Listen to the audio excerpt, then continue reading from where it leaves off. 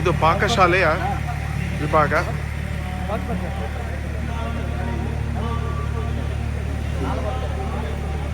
ನೋಡಿ, ಅಡಿಕೆಯ ತಟ್ಟೆ, ಮಧ್ಯಾಹ್ನ ಊಟಕ್ಕೆ ಬಾಳೆ ಎಲೆ, ರಾತ್ರಿ ಊಟಕ್ಕೆ ಅಡಿಕೆ ಎಲೆ. ಯಾಕಂದರೆ ಸ್ವಸಹಾಯ ಪದ್ಧತಿ, ಸೆಲ್ಫ್ ಸರ್ವಿಸ್ ಪಾತ್ರೆಗೆ ಬಫೆ.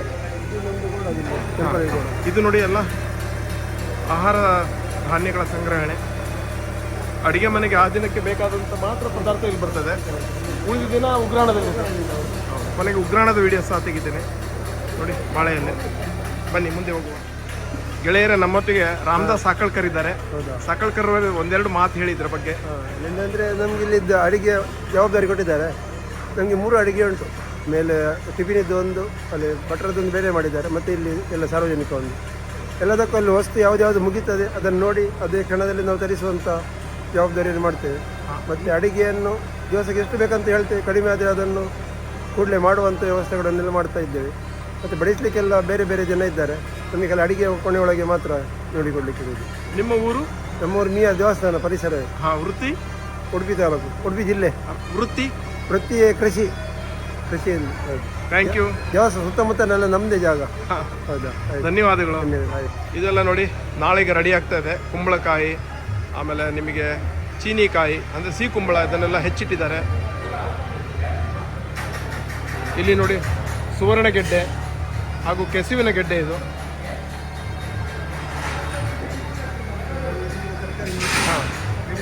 ಹೌದು.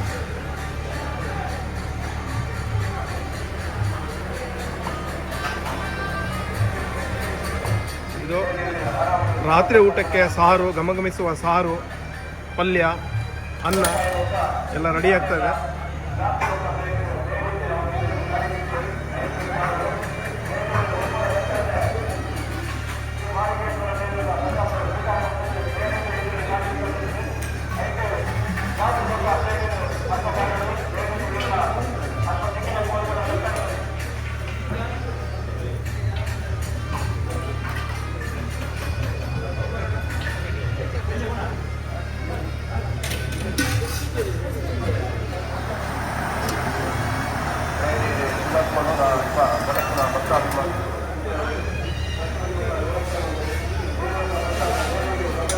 ಸಾರು ಸಾಂಬಾರಿನ ಪುಡಿ ತಯಾರಾಗ್ತದೆ.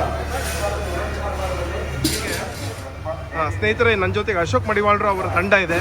ಇಲ್ಲೆಲ್ಲ ಅಡಿಗೆ ಆದ ತಕ್ಷಣ ಎಲ್ಲ ಅದನ್ನೆಲ್ಲ ಪಾತ್ರೆಯಲ್ಲಿ ಹಾಕಿ ನಂತಹ ಬಡಿಸುವ ತಂಡಕ್ಕೆ ರವಾನೆ ಮಾಡುವಂತಹ ಜವಾಬ್ದಾರಿ ಅವರ ತಂಡ. ನೋಡಿ, ಮುಖದಲ್ಲಿ ಎಷ್ಟೊಂದು ಚೈತನ್ಯ, ಸಾಹಸ, ಉತ್ಸಾಹ ಎಲ್ಲ ಇದೆ. ಮಹಾಲಿಂಗೇಶ್ವರನ ಬ್ರಹ್ಮಕಲಶೋತ್ಸವ ಶತಮಾನಗಳಲ್ಲಿ ಹಲವಾರು ಸಾರಿ ಸಿಗೋದಿಲ್ಲ, ಒಮ್ಮೆ ಮಾತ್ರ ಸಿಗ್ತದೆ. ನಾವೆಲ್ಲ ಧನ್ಯರು. ಆ ಧನ್ಯತಾ ಭಾವ ಇವರ ಮುಖದಲ್ಲಿ ಮಂದಸ್ಮಿತದೊಂದಿಗೆ ಬರ್ತಾ ಇದೆ. Thank you. ಏನಾರು 2 ಮಾತು ಹೇಳ್ತೀರಾ? ಹೇಳಿ. ನಮಸ್ತೆ. ನಾವು ಮಹಾಲಿಂಗೇಶ್ವರ ದೇವಸ್ಥಾನದ ಕಲಶೋತ್ಸವದ ಪ್ರಯುಕ್ತ ನಾವು ಇಲ್ಲಿ ಈಗ ಒಂದು ಸೇವೆ ಮಾಡ್ತಿದ್ದೇವೆ. ಇದು ಎಂತಂದರೆ, ನಾವು ಕಾರ್ಕಳ ಮಹಾಲಿಂಗೇಶ್ವರ ದೇವಸ್ಥಾನ, ಮಾರಿಯಮ್ಮ ದೇವಸ್ಥಾನ, ಶಿವತಿಗೆರೆ ದೇವಸ್ಥಾನ, ಬಾಲಾಜಿ ಅಯ್ಯಪ್ಪ ದೇವಸ್ಥಾನ, ಸಾಂತರಬೆಟ್ಟು ನಾಗಬ್ರಹ್ಮಸ್ಥಾನ ಎಲ್ಲ ಕಡೆ ನಾವು ನಮ್ಮದೊಂದು ಟೀಮ್ ಉಂಟು. ಹೊರೆ ಕಾಣಿಕೆ ಸಮಿತಿ, ಬಡಿಸುವ ಇದು. ಯಾಕೆಂದರೆ ನಮ್ಮದೊಂದು ಸೇವೆ ಇದು. ನಾವು ಮಹಾಲಿಂಗೇಶ್ವರ ದೇವಸ್ಥಾನ ನಮ್ಮ ಗ್ರಾಮ ಕಾರ್ಕಳ ಮಹಾಲಿಂಗೇಶ್ವರ. ಆದರೆ ನಮಗೆ ಇಲ್ಲಿ ಮಹಾಲಿಂಗೇಶ್ವರ ದೇವಸ್ಥಾನದ ಒಂದು ಸೇವೆ ಮಾಡುವಂಥ ಒಂದು ಯೋಗ ದೇವರು ನಮಗೆ ಕರೆದಿದ್ದಾರೆ. ನಾವಾಗಿ ಬಂದಿಲ್ಲ, ನಮಗೆ ಬರಬೇಕಂತ ಒಂದು ಆಸೆ ಇತ್ತು ಇಲ್ಲಿ ಸೇವೆ ಮಾಡಬೇಕಾದ್ರೆ. ಆದರೆ ಇಲ್ಲಿದು ಒಂದು ಜೀರ್ಣೋದ್ಧಾರ ಅಧ್ಯಕ್ಷರು ಮತ್ತು ಈ ಕಮಿಟಿಯವರು ರಾಮದಾಸರು ಇದ್ದಾರೆ, ಅವರು ಗಿರೀಶ್ ಅಮ್ಮಿನಾಗಲಿ ಇವರೆಲ್ಲ, ಶ್ಯಾಮ್ ಶೆಟ್ಟಿ ಅವರೆಲ್ಲ, ನೀವು ಅಲ್ಲಿ ಬಡಿಸಲಿಕ್ಕೆ ಬರಬೇಕಂತ ಹೇಳಿ ನಮಗೆ ಭಾರಿ ತುಂಬ ಸಂತೋಷ. ಇಲ್ಲಿ ಬಂದಿದ್ದೇವೆ. ದೇವಸ್ಥಾನ ಒಂದು ಭಾರಿ ಖುಷಿಯಾಗಿದೆ. ಮತ್ತು ಇಲ್ಲಿದೊಂದು ವ್ಯವಸ್ಥೆ ನಮಗೆ ಭಟ್ರು ಬೇಕಾದಾಗೆ ವ್ಯವಸ್ಥೆ, ಇಲ್ಲಿ ಕಮಿಟಿಯವರು ಎಂತ ಬೇಕಾದರೂ ಒಂದು ವ್ಯವಸ್ಥೆ ಮಾಡಿಕೊಟ್ಟಿದ್ದಾರೆ. ಒಂದು ಪಾತ್ರೆ ಆಗಲಿ, ಒಂದು ಬಡಿಸುವ ಜನ ಸಮೇತ ಒಂದೊಂದು ಗ್ರಾಮದವರು 100-150 ಜನ ವಾಲಂಟಿಯರ್ಸ್ ಇದ್ದಾರೆ. ನಾವು ಬಾಕಿ ದೇವಸ್ಥಾನದಲ್ಲಿ ತುಂಬ ಶ್ರಮ ಪಟ್ಟರೆ ಸಹ ಇಲ್ಲಿ ಅಷ್ಟೊಂದು ನಮಗೆ ಶ್ರಮ ಇಲ್ಲ. ಭಾರಿ ಒಂದು ಖುಷಿಯಲ್ಲಿ ನಮ್ಮದು ಟೀಮೇ ಎಲ್ಲ ಬಂದಿದೆ. ಯಾಕೆ ಸೇವೆ ಮಾಡಲಿಕ್ಕೆ ಬಂದದ್ದು. ಹೀಗೆ ಇನ್ನು ಮುಂದೆ ಕೂಡ ನಮಗೆ ಇಂಥದ್ದೊಂದು ಭಾಗ್ಯ ಸಿಗಲಿ ಅಂತ ಮಹಾಲಿಂಗೇಶ್ವರ ದೇವಸ್ಥಾನ ನಾವು ಕೈ ಮುಗಿದು ಕೇಳ್ಕೊಳ್ತೀವಿ. ತುಂಬ ಸಂತೋಷ. ನೋಡಿ, ತಂಡದ ಎಲ್ಲ ಸದಸ್ಯರು ಜೊತೆಯಲ್ಲಿ ನಮ್ಮ ನರಸಿಂಹ ಭಟ್ರಿದ್ದಾರೆ. ಇವರ ಸಂದರ್ಶನ ಆಗಲೇ ನೋಡಿದ್ದೀನಿ ನೀವು. Thank you. ಜೊತೆಗೆ ಅಡಿಗೆ ಪ್ರಮುಖ ಭಟ್ಟರಾದ ವಾಸುದೇವ್ ಭಟ್ರಿದ್ದಾರೆ.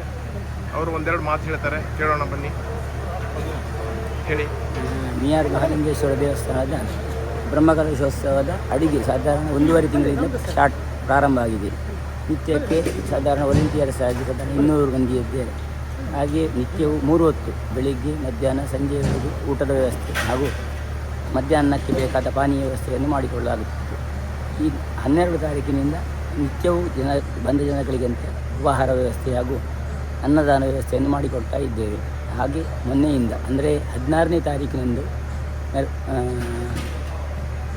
28ರವರೆಗೆ ನಡೆಯುವಂಥ ಬ್ರಹ್ಮಕಲಶೋತ್ಸವದ ಮಹೋತ್ಸವದ ಪ್ರಯುಕ್ತವಾಗಿ ನಿತ್ಯವೂ ಅನ್ನದಾನ, ನಿತ್ಯವೂ ಸಾಧಾರಣವಾಗಿ 3ರಿಂದ 4 ಸಾವಿರದವರೆಗೆ, ಮತ್ತು ಬ್ರಹ್ಮಕಲಶ ದಿವಸ ಒಂದು 15ರಿಂದ 25 ಸಾವಿರದ ಯೋಜನೆಯನ್ನು ಮಾಡಲಾಗಿದೆ. ಇವತ್ತು ರಾತ್ರಿಗೆ ಏನೇನು ಮಾಡಿದ್ದೀರಾ ಊಟಕ್ಕೆ? ಇವತ್ತು ರಾತ್ರಿಗೆ ಉಪ್ಪಿನಕಾಯಿ, ಅನ್ನ, ಸಾರು, ಪಲ್ಯ, ಹುಳಿ, ಗಸಿ, ಆಮೇಲೆ ಪಾಯಸ ವ್ಯವಸ್ಥೆಯನ್ನು ಮಾಡಲಾಗಿದೆ. ಮಧ್ಯಾಹ್ನವೂ ಕೂಡ ಸಾಧಾರಣವಾಗಿ 5,000 ಜನರಿಗೆ ವ್ಯವಸ್ಥೆಯನ್ನು ಮಾಡಲಾಗಿದೆ. ಭಟ್ರೆ, ನಿಮ್ಮ ಊರು? ನನ್ನ ಊರು ಇಲ್ಲಿ ಮಿಯಾರ್ನವರು. ಹೌದು. ತುಂಬ ಸಂತೋಷ, ಧನ್ಯವಾದಗಳು. ಓಕೆ, ಧನ್ಯವಾದ. ಸ್ನೇಹಿತರೆ, ನಾನೀಗ ಮಹಾಲಿಂಗೇಶ್ವರ ದೇವಸ್ಥಾನದ ಈ ಬ್ರಹ್ಮಕಲಶೋತ್ಸವದ ಶ್ರೀವರ್ಧ ಉಗ್ರಾಣದ ಮುಂಭಾಗದಲ್ಲಿದ್ದೇನೆ. ಬನ್ನಿ, ಒಳಗೆ ಹೋಗುವ.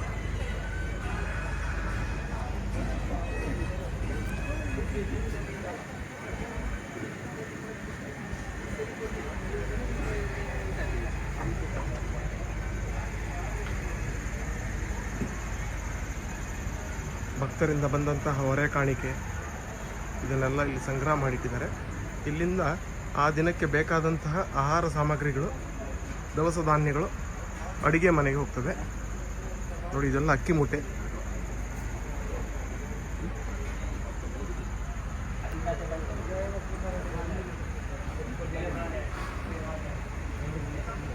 ಎಣ್ಣೆ,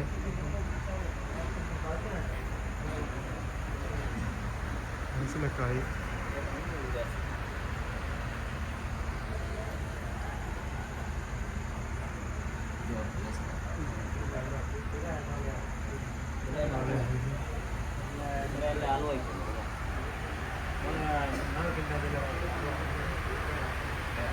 ಅಕ್ಕಿಯ ಮೂಡೆ. ಹುಲ್ಲಿನಲ್ಲಿ ಭಾಳ ಹಿಂದೆ ಮಾಡ್ತಾಯಿದ್ರು. ಸಿಯಾಳ,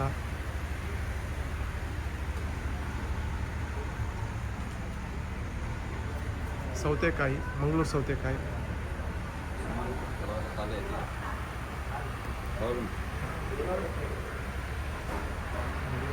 ಅಡಿಕೆ,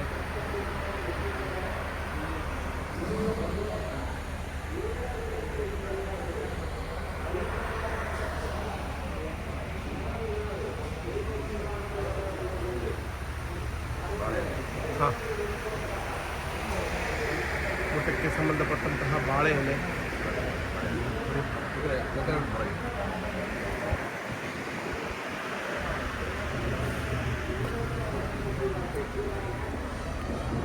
ಇಲ್ಲಿ ಸಹ ಕುಂಬಳಕಾಯಿ, ಸಿಹಿ ಕುಂಬಳಕಾಯಿ ಅಥವಾ ಚೀನಿಕಾಯಿ ಅಂತ ಹೇಳ್ತಾರೆ, ಬಣ್ಣ ಸೌತೆಕಾಯಿ. ಕಣ್ಣಿಗೆ ಹಬ್ಬ, ಜನರ ತನುಮನದಲ್ಲಿ ಸಂಭ್ರಮ. ಬ್ರಹ್ಮಕಲಶೋತ್ಸವ ಅವರ ಜೀವಮಾನದ ಇತಿಹಾಸದಲ್ಲೇ ಒಮ್ಮೆ ಸಿಗ್ತದೆ. ತೆಂಗಿನಕಾಯಿ ಸುಮಾರು 20,000 ಕಾಯಿ ಬಂದಿತ್ತು. 20,000 ಕಾಯಿ ಬಂದಿತ್ತಂತೆ. ನೋಡಿ, ಇದೆಲ್ಲ ಹೊರೆ ಕಾಣಿಕೆ ರೂಪದಲ್ಲಿ ಬಂದಂತಹ ಸಾಮಗ್ರಿಗಳು, ತರಕಾರಿಗಳು.